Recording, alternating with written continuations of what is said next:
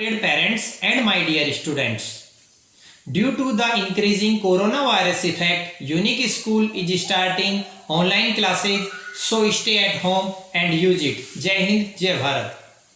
सुप्रभात प्रिय विद्यार्थियों, कक्षा 9th विषय संस्कृत, बिंदु शब्दरूप प्रकरण। कल हमने आपको उच्चारण स्थान का बिंदु का अध्ययन करवाया था।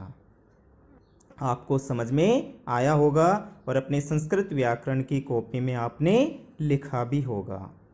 आज हम शब्दरूप प्रकरण का अध्ययन करेंगे। आपको 8th क्लास में भी शब्दरूप प्रकरण का अध्ययन करवाया था।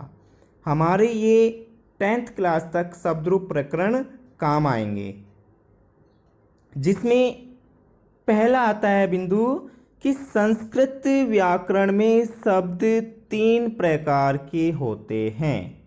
पहला नाम, दूसरा धातु, तीसरा अव्यय। अब बेटा नाम क्या होता है? जैसे राम, बालक, हरि, गुरु, ये नाम होते हैं। धातु क्रिया के मूल रूप को धातु कहते हैं। अव्यय वे शब्द जो 7 विभक्तियों में और 3 वचनों में एक समान चलते हों, कोई भी परिवर्तन नहीं होता हो, उसे अव्यय कहते हैं। दूसरा पॉइंट आता है, राम के भी 3 वेद होते हैं। नाम के भी 3 वेद होते हैं। पहला संज्ञा, दूसरा सर्वनाम, तीसरा विशेषण। अगला बिंदु है, संस्कृत में वचन 3 होते हैं। एक वचन, द्विवचन, बहुवचन। संस्कृत में लिंग भी 3 होते हैं। पुल्लिंग, स्त्रीलिंग, नपुंसकलिंग। पुल्लिंग पुरुष जाति का बोध करवाता है, स्त्रीलिंग स्त्री जाति का बोध करवाता है, नपुंसकलिंग निर्जीव वस्तुओं का, जैसे मेज, वृक्ष आदि। संज्ञा शब्द 2 प्रकार के होते हैं। पहला अजंत, दूसरा हलंत। अजंत क्या होता है, हलंत क्या होता है बेटा? प्रथम आता है अजंत, कि जिन शब्दों के अंत में स्वर होता है, जिन शब्दों के अंत में स्वर होता है, वे अजंत कहलाते हैं, अर्थात स्वरांत कहलाते हैं। जैसे राम में क्या निकल रहा है? ए निकल रहा है। कवि ई निकल रहा है। लास्ट में देखो गुरु ऊ आ रहा है। वधु बड़ा धू आ रहा है, ये स्वर हो गया।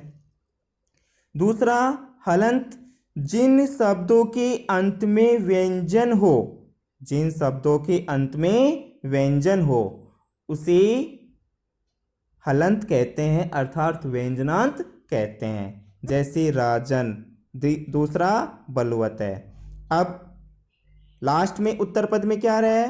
न आ रहा है, हलंत हो गया। व्यंजन आ रहा है, तो इसे क्या कहेंगे? व्यंजनांत कहेंगे।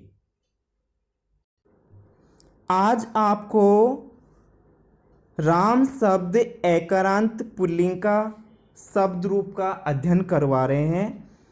प्रथमा, द्वितीया, तृतीया, चतुर्थी, पंचमी, षष्ठी, सप्तमी, संबोधन, ये विभक्तियां होती हैं। वचन 3 होते हैं बेटा, एक वचन, द्विवचन, बहुवचन। अब प्रथमा विभक्ति एक वचन, राम है, रामौ, रामः, रामम, रामौ, रामान, रामेन, रामाभ्याम, रामई, रामाय, रामाभ्याम, रामेभ्य, रामात्, रामाभ्याम, रामेभ्य, रामस्य, रामयो, रामानाम, रामे, रामयो, रामेषु, हे रामे, हे रामौ, हे रामा। फिर दोबारा मैं रिपीट कर रहा हूँ आपको। राम है, रामौ, रामः, रामम, रामौ, रामान, रामेन, रामाभ्याम, रामई, रामाय, रामाभ्याम, रामेभ्य, रामात्, रामाभ्याम, रामेभ्य, रामस्य रामियो रामानाम रामे रामियो रामेषु हे रामे हे रामौ हे रामा। दूसरा इसी से संबंधित है बालक शब्द एकारांत पुल्लिंग। बालक है बालकौ बालका, बालकम बालकौ बालकान, बालकेन बालकाभ्याम बालकै, बालकाय बालकाभ्याम बालकेभ्य, बालकात् बालकाभ्याम बालकेभ्य, बालकस्य बालकयो बालकानां, बालके बालकयो बालकेषु हे बालके हे बालकौ हे बालका।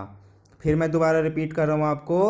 बालकः बालकौ बालकः, बालकम बालकौ बालकान, बालकेन बालकाभ्याम बालकै, बालकाय बालकाभ्याम बालकेभ्यः, बालकात् बालकाभ्याम बालकेभ्य, बालकस्य बालकयो बालकानां, बालके बालकयो बालकेषु हे बालके हे बालकौ हे बालका।